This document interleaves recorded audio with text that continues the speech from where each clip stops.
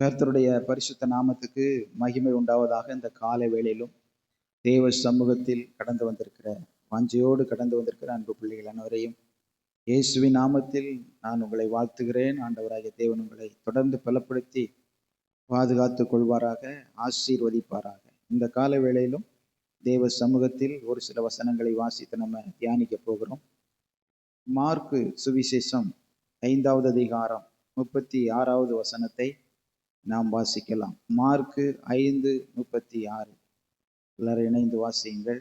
அவர்கள் சொன்ன வார்த்தையை இயேசு கேட்டவுடனே ஜெப ஆலய தலைவனை நோக்கி, பயப்படாதே, விசுவாசம் உள்ளவனாயிரு என்று சொல்லி. கர்த்தருடைய நாமம் மகிமைப்படுவதாக. இந்த சம்பவங்கள் நாம் அறிந்ததே. ஆயினும் இந்த நாளிலும் தேவ சமூகத்தில் அதை தியானிக்கும்படி கர்த்தர் நமக்கு ஒரு கிருபைகளை கொடுத்திருக்கிறார். இந்த வசனங்களை நம்ம வாசித்து அதை தியானிக்கும் போதே இந்த வசனத்திலே சொல்லப்பட்டிருக்கிற ஒவ்வொரு காரியத்திலும் ஆண்டவர் நம்முடைய வாழ்க்கையிலே அந்த காரியங்களை பேலன்ஸ் செய்து நம்முடைய வாழ்க்கையிலே அவருடைய கிரியைகளை நடப்பிக்க போகிறார் என்று விசுவாசிக்கிறவர்கள் ஒரு விசை கூட கையை உயர்த்தி ஒரு ஆமேன் சொல்லுங்க. ஆமேன். கர்த்தர் நல்லவர். அல்ல, நீங்க கவனிக்க வேண்டும். இந்த கால வேளையில இந்த வசனத்தை ஆண்டவர் நமக்கு சொல்லுகிறார். எப்படிப்பட்ட சூழ்நிலைமையிலே அவர் சொல்லுகிறார் என்று சொன்னால், நன்றா நீங்கள் கவனிங்க. இங்கே ஜெப ஆலய தலைவன் ஒருவர் ஆண்டவரிடத்திலே கடந்து வருகிறார். ஆண்டவராய் இருக்கிற தேவன் ஒரு வழியாக கடந்து வருகிற நேரத்தில் அங்கே இந்த ஜெப ஆலய தலைவன் கடந்து வருகிறார். எப்படிப்பட்ட சூழ்நிலையில் அவர் கடந்து வருகிறார் என்பதை குறித்து நம்ம பார்க்க போகிறோம். இவருடைய வாழ்க்கையில ஆண்டவராய் இருக்கிற தேவன் சொன்ன அந்த காரியம் என்ன அப்படின்னு சொன்னா, முதலாவது பயப்படாதே, ரெண்டாவது விசுவாசம் உள்ளவனா இரு அப்படின்னு சொல்லியிருக்கிறார். அப்போ இவருடைய வாழ்க்கையில பயப்படாதே, விசுவாசம் உள்ளவனா இரு என்று சொல்லக்கூடிய நிலையில இவருடைய அவருடைய நடந்து என்ன? இந்த ஜெப ஆலயத்தினுடைய ஒரு 12 வயது மதிக்கத்தக்க ஒரு பெண் அவருக்கு இருந்திருக்கிறார். அந்த பெண் மரண அவஸ்தைப்படுகிறார். ஒரு வியாதினால் ரொம்ப வேதனைப்படுத்தப்பட்டு பலவிதத்திலும் துன்பப்படுத்தப்பட்டு அந்த குடும்பத்துக்கே பலவிதமான துக்கங்களும் வேதனைகளும் வந்துவிட்டது. அந்த துக்கம் தாங்க முடியாதபடிக்கு மரண அவஸ்தைப்பட்டு கொண்டிருந்த அந்த மகளை பார்த்து கொண்டே இருந்த தகப்பன் அந்த வழியாக கர்த்தராய் இருக்கிற இயேசு கிறிஸ்து வருகிறார் என்கிறதான காரியத்தை கேள்விப்பட்டவுடன் உடனே போய் ஆண்டவராய் இருக்கிற இயேசு என்ன செய்யணும், கூட்டிக்கிட்டு வந்து என்னுடைய மகள் மேல அவர் கையை வச்சு ஜெபம் பண்ணா சரியாரும் அப்படின்னு சொல்லிட்டு வேகமா என்ன செய்கிறார், இயேசு கிறிஸ்துவை சந்திக்க போகிறார். இயேசு கிறிஸ்துவை இவர் சந்திக்க போகிற அந்த நேரத்துல அங்கே ஒரு சில காரியங்கள் நடைபெறுது. சந்தித்து ஆண்டவராக இருக்கிற தேவனிடத்துல அவர் சொல்லுகிறார், என்னுடைய மகள் மரண அவஸ்தைப்படுகிறார், நீர் வந்து என்ன செய்யணும், அவளுடைய மேல கையை வச்சு ஜெபம் பண்ணா எல்லாமே நடந்துரும் அப்படின்னு சொல்லுகிறார். கர்த்தருக்கு ஸ்தோத்திரம். மார்க் 5:22 எடுத்து வாசிங்க. மார்க் 5:22 இவ்வாறாக சொல்லுகிறது. அப்பொழுது ஜெப ஆலய தலைவரில் ஒருவனாகி எவீரு என்பவன் வந்து அவரை கண்டவுடனே அவர் பாதத்திலே விழுந்து, என் குமாரத்தி மரண அவஸ்தைப்படுகிறாள், அவள் ஆரோக்கியம் அடையும்படிக்கு நீர் வந்து அவள் மேல் உமது கைகளை வையும், அப்பொழுது பிழைப்பாள் என்று அவரை மிகவும் வேண்டிக் கொண்டான். கர்த்தருக்கு ஸ்தோத்திரம்.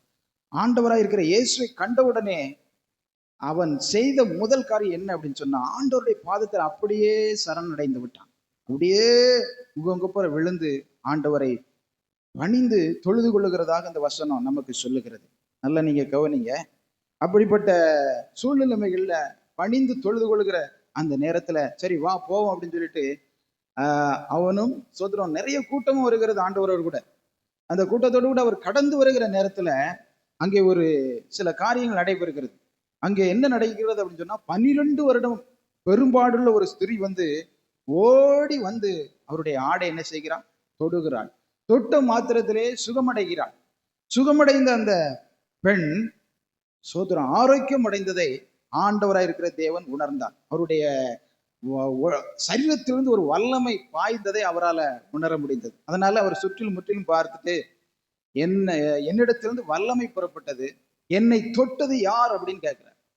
அதற்கு சீசர்கள் சொல்றாங்க, ஆண்டவரே நிறைய பேர் நெருக்கிட்டு இருக்காங்க, எல்லாருமே உங்களை தான் தொட்டுக்கிட்டு இருக்காங்க, யாரு தொட்டதுன்னு எப்படி சொல்ல முடியும் அப்படின்னு சொல்லி சீசர்கள் சொன்ன உடனே, இல்ல என்னுடைய சரீரத்திலிருந்து ஒரு வல்லமை புறப்பட்டது அப்படின்னு சொன்ன உடனே அந்த 12 வருட பெரும்பாடு உள்ள ஸ்திரீ பயந்து நடுங்கி முன்னாடி வந்து ஆண்டவர் அவளுக்கு செய்த அந்த சுகத்தை, பலத்தை, கிருபைகளை, சுகமான அந்த சம்பவத்தை எல்லா மக்களுக்கு முன்னாடி, இயேசுக்கு முன்னாடி அதை சொல்ல ஆரம்பித்து விட்டாள். ஹல்லேலூயா சொல்லுங்க.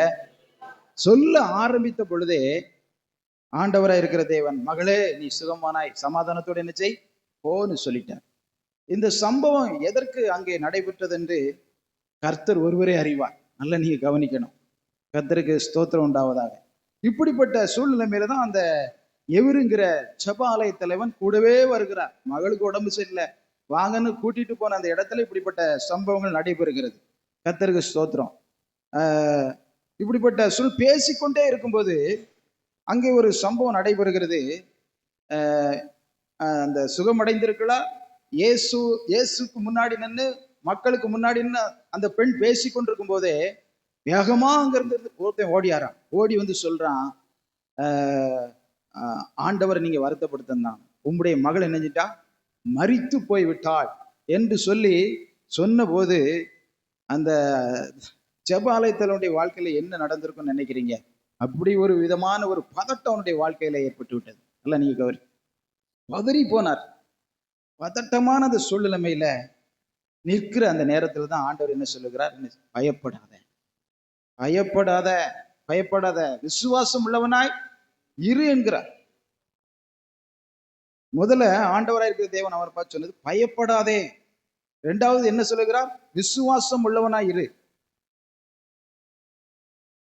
பயப்பட்ட அவனுடைய வாழ்க்கையில ஆண்டவர் சொன்ன காரியம் விசுவாசம் உள்ளவனாய். இவனுடைய விசுவாசம் கண்டிப்பா குறைஞ்சு போயிடும் அப்படின்னு சொல்லி ஆண்டவருக்கு கண்டிப்பா என்ன செய்யும் தெரியும். அதனால்தான் வருகிற வழியில ஒரு அற்புதத்தை செய்த அந்த காட்சிகளை அவனுடைய வாழ்க்கையில கொண்டு வருகிறார். 12 வருடமான பெரும்பாடு உள்ள ஸ்திரீ ஆடை தொட்ட மாத்திரத்துல நின்றார், சுகமாகி விட்டாள். இந்த காட்சிகள் எல்லாம் அவர் பார்க்கிறார், ஆலய தலைவர் பார்க்கிறார். அப்போ அந்த நேரத்திலேயே அவருக்குள்ளாக எண்ணத்தை ஆண்டவர் ஊட்டுகிறான்னு சொன்னா விசுவாசத்தை என்ன செய்கிறாரு? விசுவாசங்கிற உணவை உள்ள என்ன செய்கிறார்? ஊட்டுகிறார். நம்முடைய வாழ்க்கையில அற்புதம் நடைபெறாமல் இருந்திருக்கலாம், ஆனால் வேறு அருகில் இருக்கிற அநேகருடைய வாழ்க்கையில அற்புதங்கள் என்ன செய்யும்? நடந்து கொண்டே இருக்கத்தான் செய்கிறது. தேவனை ஆராதிக்கிற, அவரை நம்பி வருகிற, தேவ ஆலயத்துக்கு வாஞ்சியோடு வருகிற தேவ பிள்ளைகளுடைய வாழ்க்கையில அற்புதங்களின் மேல் அற்புதங்களை ஆண்டவர் நடத்தி கொண்டேதான் இருக்கிறார். இந்த அற்புதங்கள் ஏன் நடக்குதுன்னு சொன்னா பக்கத்துல இருக்கிற மற்றவர்களுக்கு ஒரு விசுவாசம் இன்னும் உண்டாகும்படியாக அவருடைய வாழ்க்கையில இந்த விசுவாசங்கிற உணவை என்ன செய்கிறார்? ஊட்டுகிறார். அல்லேலூயா சொல்லுவோம். அப்ப நல்லா நீங்க கவனிக்க வேண்டும். சில காரியங்கள் தாமதமாகுது. இப்ப மரண அவஸ்தையோடு இருந்த அந்த மகளை காப்பாற்றும்படி இயேசுவை கூட்டிட்டு போறாரு. அந்த இடத்துல இப்படிப்பட்ட ஒரு அற்புதம் நடக்கிறது. அதே சமயத்துல கால தாமதம் என்ன செய்கிறது? ஏற்படுகிறது. அந்த கால தாமதம் அங்க நடக்கிற காரியங்கள்னால இவர் என்ன செய்கிறார்? விசுவாசம் இவருடைய வாழ்க்கையில வந்துட்டு இந்த காரியங்களை கேட்டவுடன் மரித்து விட்டால் இனி என்ன செய்யண்டாம், போதகரை கூட்டிட்டு வரண்டான்னு சொல்லி வார்த்தைகளை கேட்ட உடனே ஒரு பதட்டமான பயங்கள் அவருடைய வாழ்க்கையிலே வந்து விட்டது. அதனாலதான் முதல்ல பயம் வந்த உடனே ஆண்டவர் சொல்லுகிறாரு, ஏற்கனவே நான் முதலே நான் உன்கிட்ட சொல்லியிருக்கிறேன், அந்த காட்சிகள் எல்லாம் உனக்கிட்ட காட்டியிருக்கிறேன், நான் செய்த அற்புதத்தை நீ பார்த்திருக்கிறாய், உனக்கு விசுவாசம் உனக்குள்ள என்ன செய்கிறது? இருக்கிறது. அவர் சொல்லுகிறார், பயப்படாத, விசுவாசம் உள்ளவனாய் இரு. நான் அந்த விசுவாசத்தை உனக்குள்ள நான் தந்துட்டேன், வாழ்க்கையில அதை தந்துட்டேன், அதுல நீ இப்ப என்ன செய்? நிலைத்திரு என்கிறார். ஹல்லேலூயா. நல்லா கவனிக்க வேண்டும். அந்த விசுவாசத்தை உனக்குள்ள அந்த விசுவாசம் வந்து விட்டது. அந்த விசுவாசத்துல நிலைத்திரு, அதிலே உள்ளவனா இரு அப்படிங்கிறார். நிறைய நேரம் நமக்கு விசுவாசம் வருகிறதும் போகிறதுமாய் காணப்படுகிறது. ஆனா அது உள்ள என்ன செய்ய மாட்டேங்க, இருக்க மாட்டேங்க. அதனாலதான் கர்த்தர் சொல்லுகிறார், விசுவாசம் உள்ளவனா இரு, வெளியே போகிறவனா என்ன செய்யக்கூடாது? காணப்படக்கூடாது. நம்முடைய வாழ்க்கையில் நீங்க கொஞ்சம் சிந்திச்சு பார்ப்பீங்கன்னா, ஆண்டவர் மேல சில நேரங்கள்ல உணர்ச்சி வசப்பட்டு விசுவாசம் அப்படியே பொங்கிறோம். சில பாடுகளை பாடும்போது, கர்த்தருடைய வார்த்தைகளை கேட்கும்போது, பைபிளை வாசிக்கும் போது விசுவாசம் உடனே வந்துருது. ஆனா அது உள்ள நிலைச்சிருக்கா அப்படிங்கிறதா இன்றைக்கு கேள்வி. ஏன் நிலைச்சி இருக்கல அப்படின்னு சொன்னா, நம்முடைய வாழ்க்கையில வருகிற பதட்டமான சூழ்நிலைமைகள் அவரை விசுவாசிப்பதற்கு தடை செய்கிறது. அந்த விசுவாசத்துல நிலைத்திருப்பதற்கு தடை செய்கிறது. நீங்கள் நன்றாய் கவனிக்க வேண்டும். ஒருவேளை அதில் நிலை நிற்பதற்கு உங்களுக்கு ஏதாவது தடைகள் வருமானால் ஆண்டவர் சொல்லுகிறார், விசுவாசம் உள்ளவனாயிரு, நான் உனக்கு உள்ள ஊட்டப்பட்ட அந்த விசுவாசத்துல நிலைத்திரு, அதில் உள்ளவனாயிரு என்று சொல்லுகிறார். அல்லேலூயா சொல்லுவோம். கர்த்தருக்கு ஸ்தோத்திரம் உண்டாவதாக. அந்த விசுவாசம் உள்ளவனாய் இருக்கிற போது என்ன காரியங்கள் நடக்கிறது? ஆண்டவராய் இருக்கிற தேவனே அந்த பயத்தை அவரை விட்டு நீக்குகிறார். இரண்டாவது விசுவாசத்தை ஊட்டுகிறார். அடுத்தால மூணாவது சொல்லுகிறார், அந்த விசுவாசத்துல அப்படியே நிலை கொண்டுரு. விசுவாசம் உன்கிட்ட வருகிறதும் போகிறதுமா இருக்கக்கூடாது. நான் எல்லாவற்றையும் என்ன செய்வேங்கிற ஒரு உறுதி, ஒரு துணிச்சல் உன்னுடைய வாழ்க்கையில் அப்படியே இருக்கட்டும் என்று சொல்லி விசுவாசம் உள்ளவனா இரு அப்படிங்கிறார். கர்த்தருக்கு ஸ்தோத்திரம். அடுத்தால ஒரு சம்பவத்தை ஆண்டவர் அங்கே காண்பிக்கிறார். ஆண்டவராக இருக்கிற தேவன் அவங்க அந்த இடத்துக்கு நல்லா கவனிங்க. மார்க் 5:40 இப்போ வீட்டுக்கு கூட்டிகிட்டு போறார். இந்த பதட்டமான பயன் நிறைந்த நேரத்துல இயேசுவை வீட்டுக்கு கூட்டிட்டு போறார். அப்பொழுது ஆண்டவர் செய்கிற காரியத்தை பாருங்க. என்ன செய்கிறார்? மார்க் 5:40 வாசிக்கலாம். மார்க் 5:40 அதற்காக அவரை பார்த்து நகைத்தார்கள். எல்லாரையும் அவர் வெளியே போக பண்ணி பிள்ளையின் தகப்பனையும் தாயையும் தம்மோடு அழைத்து கொண்டு பிள்ளை இருந்த இடத்தில் பிரவேசித்து, நன்றாய் நீங்கள் கவனிங்க, அங்கே ஆண்டவராக இருக்கிற இயேசு கிறிஸ்து போகிறார். எல்லாரும் சிரிக்காங்க. பிள்ளை என்ன செய்திருக்கிறார்? மறிக்கல, அவள் நித்திரையா இருக்கிறாள், தூங்கி கொண்டிருக்கிறாள், அவளை நம்ம எழுப்பிடலாம் அப்படின்னு சொன்ன உடனே அங்கே நிற்கவங்களாம் சிரிக்கிறாங்க. துக்க வீட்டில் யாராவது சிரிப்பாங்களா? அப்படியே சிரிப்பு வந்தாலும் சிரிப்பாங்களா? சிரிக்க மாட்டாங்க, அடக்கிக்கிடுவாங்க. ஆனா இங்க என்ன செய்தாங்க? எல்லாருமே சிரிக்கிறாங்க. அதனால இப்படிப்பட்ட மக்களை உள்ள கூட்டிட்டு போயிடக்கூடாது அப்படின்னு சொல்லிட்டு ஆண்டவர் யாரெல்லாம் கூட்டிட்டு போறாரு பாருங்களேன். பிள்ளையின் தகப்பனையும் தாயையும் தம்மோடு வந்த சீசர்களையும் உள்ள அழைத்து கொண்டு போய் பிள்ளை இருந்த இடத்திலே பிரவேசித்து பிள்ளையின் கையை பிடித்து தலித்தாகுமி என்றார். அதற்கு சிறுபெண்ணே எழுந்திரு என்று உனக்கு சொல்லுகிறேன் என்று அர்த்தமா. கர்த்தருக்கு ஸ்தோத்திரம். நல்லா நீங்க கவனிங்க. அவர் என்ன சொல்லுகிறார்? எல்லாரையும் அழைத்து கொண்டு போகிறார். யார் அழைத்து கொண்டு போகிறார்னு சொன்னா, பிள்ளையின் தகப்பன், தாய், கூட வந்திருக்கிற ஒரு 3 சீஷர்கள், இப்படி ஒரு 5 பேரும் அவரோடு கூட சேர்ந்த 6 பேர் உள்ள போய் ஒரே ஒரு வார்த்தை சொல்லுகிறார், சிறுபின்னே என்ன செய், எழுந்துரு அப்படிங்கிறார். சொன்ன உடனே அந்த மகள் அப்படியே எழும்பி நின்றாள். அல்லேலூயா. கர்த்தருடைய நாமம் மகிமைப்படுவதாக. இதை எல்லாவற்றையுமே கர்த்தரே செய்கிறார். நான் இந்த வசனங்களை வாசிக்கும் போது பார்த்தேன், இவர் எவ்விரு செய்த காரியம் ஒரே ஒரு காரியம்தான். அவர் என்ன செய்கிறார்? போன உடனே ஆண்டவரை கண்ட உடனே அவருடைய பாதத்தில் அப்படியே விழுந்து விடுகிறார். ஆனால் ஆண்டவரோ 4-5 காரியங்களை செய்கிறார். ஒன்று என்ன? அவனை பார்த்து சொல்லுகிறார், நீ பயப்படாதே, விசுவாசம் உள்ளவனாய் இருங்கிறார். விசுவாசம் உள்ளவனாய் இருப்பதற்கு அந்த விசுவாசத்தை வருகிற வழியிலே அவனுக்கு என்ன செய்கிறார்? கொடுக்கிறார், ஊட்டுகிறார். 3வது, தம்மோடு கூட வந்த சீஷர்களையும் தகப்பனையும் தாயையும் உள்ள அழைச்சிக்கிட்டு போறாரு. அடுத்தால அந்த பெண்ணை பார்த்து எழுந்துரு அப்படிங்கிறார்.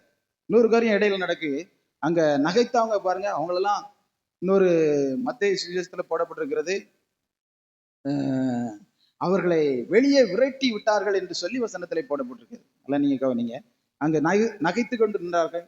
அங்க நின்று கொண்டிருந்த எல்லா மக்களையும் வெளியே போங்க அப்படின்னு சொல்லிட்டு சொன்னதுக்கு அப்புறம் தான் இவங்க உள்ள போய் அந்த பெண்ணை பார்த்து கர்த்தர் சொல்லுகிறார், எழுந்துரு என்று சொன்ன உடனே இந்த சிறுபெண் நினைஞ்சிட்டா, எழுந்து விட்டாள். கர்த்தருடைய நாமம் மகிமைப்படுவதாக. இந்த வார்த்தைகள் நம்முடைய வாழ்க்கையில ஒரு பெரிய அதிசயத்தை நம்முடைய வாழ்க்கையில கண்டிப்பா என்ன செய்யும். ஒருவேளை நம்முடைய வாழ்க்கையில நீங்க மரண அவஸ்தையோடு கூட இருக்கிற அநேக சம்பவங்கள் நம்முடைய வாழ்க்கையில சொல்ல முடியும். இதுல சிறுபெண்ணை மட்டும்தான் சொல்லப்பட்டிருக்கிறது, வியாதியா இருந்த பெண்ணை மட்டும்தான் சொல்லப்பட்டிருக்கிறது.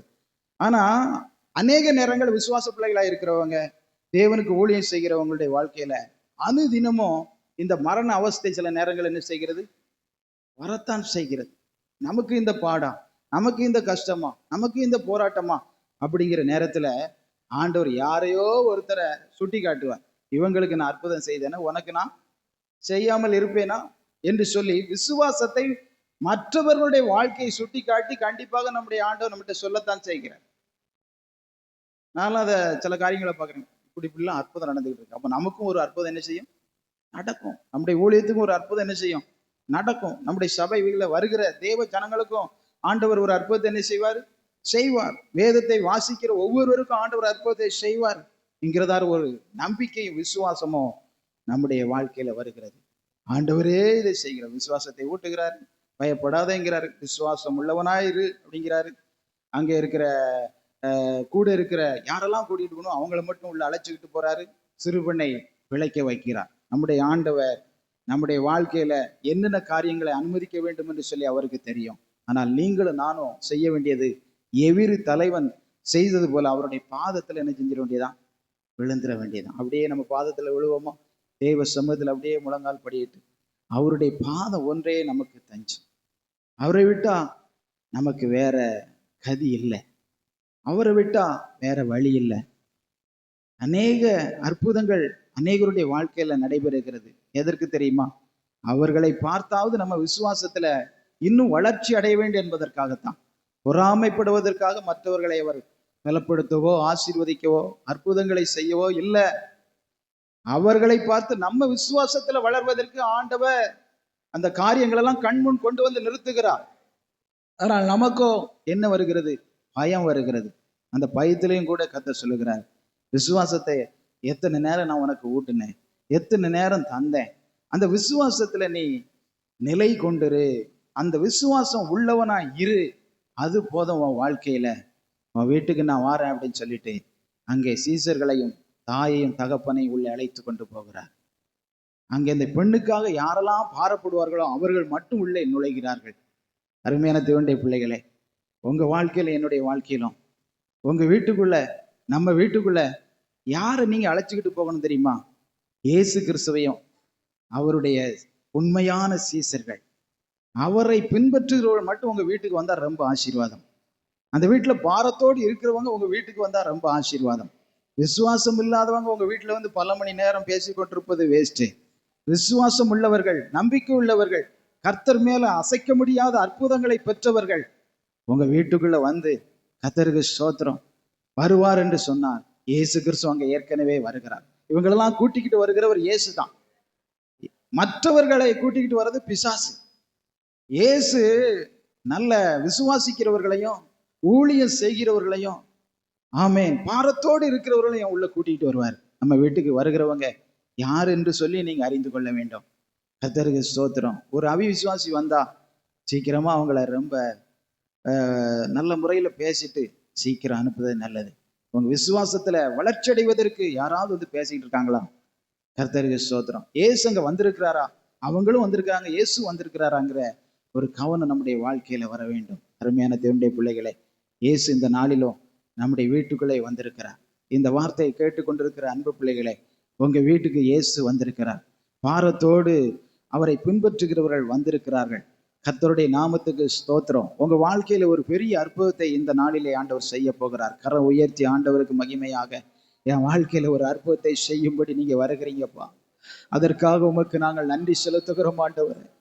பயப்படாதே என்று சொல்லுகிறவர் நீங்க தான், விசுவாசத்தை ஊட்டுகிறவர் நீங்க தான், விசுவாசத்திலே நிலை கொண்டிரு, அந்த விசுவாசம் உள்ளவனாயிரு என்று சொல்லுகிறவர் நீங்க தான்ப்பா. ஆண்டவரே உமக்கு நாங்கள் நன்றி செலுத்துகிறோம். பாரத்தோடு இருக்கிறவர்களை எங்க வீட்டுக்கு நீங்க கூட்டிக்கிட்டு வருகிறவரும் நீங்க தான் ஆண்டவரே. அதே நேரத்துல நீங்க வந்து எங்க வாழ்க்கையில எழும்ப முடியாத அநேக காரியங்களை எழும்புவதற்கு துணை செய்கிறவர் நீங்க தான். இயேசு இப்பொழுது நம்முடைய வாழ்க்கையில மரித்து கொண்டிருக்கிற, மரண அவஸ்தைப்பட்டு கொண்டிருக்கிற, பிரச்சனையோடு பாடுகளோடு தொந்தரவுகளோடு கூட ஆமேன் வருத்தத்தோடு வேதனையோடு இருக்கிற ஒவ்வொருடைய வாழ்க்கை இன்றைக்கு ஆண்டவர் தொடுகிறார். தலித்தாகுமி என்று சொன்னார். சிறுபெண்ணை எழுந்திரு என்று அர்த்தமா? இன்றைக்கு எழும்ப முடியாதபடிக்கு உங்களுடைய வாழ்க்கையிலே சோத்திரம் பல வேதனைகளை உண்டாக்குகிற காரியங்களை அவர் அப்புறப்படுத்துகிறார். இன்றைக்கு கர்த்தருக்காக இந்த சிறுபெண் எழும்புறது போல இன்றைக்கு கர்த்தருக்காக நம்முடைய குடும்பம் எழும்ப போகிறது. சோத்திரம் உங்களுடைய வாழ்க்கையில காணப்பட்ட அநேக வேண்டாத காரியங்கள் விலகி கொண்டிருக்கிறது. கர்த்தருக்காக நீங்கள் எழும்பி பிரகாசிப்பதற்கு ஆமேன் சோத்திரம் உங்களுக்குள்ளாக தேவன் அசைவாடி கொண்டிருக்கிறார். மரித்ததையும் எழுப்புகிறார், இழந்து போனதையும் எழுப்பவர் வல்லவராய் இருக்கிறாரு.